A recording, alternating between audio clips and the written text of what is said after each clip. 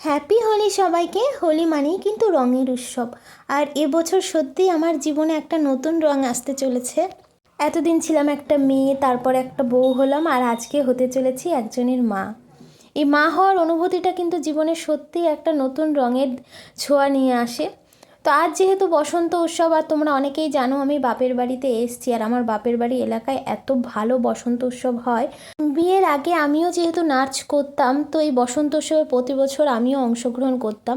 তো আজকে আর ঘরে থাকতে পারলাম না, যেহেতু এটা ভোরের একদম রোড শো হয়, একদম ভোর 7টার থেকে শুরু হয়ে যায়। যেহেতু বাড়ির সামনেই রোডটা, এই কারণেই এলাম যে অনেক দিন হয়ে গেল, বিগত 2 বছর হয়ে গেল তেমনভাবে এটায় অংশগ্রহণ করা হয় না। তো আজকে দেখতে চলে এসেছিলাম, আর আজকে যেহেতু গ্রহণ আছে বেশিক্ষণ আর থাকবো না, এই রোড প্রোগ্রামটা দেখেই আমি বাড়ি চলে এসেছি আবার।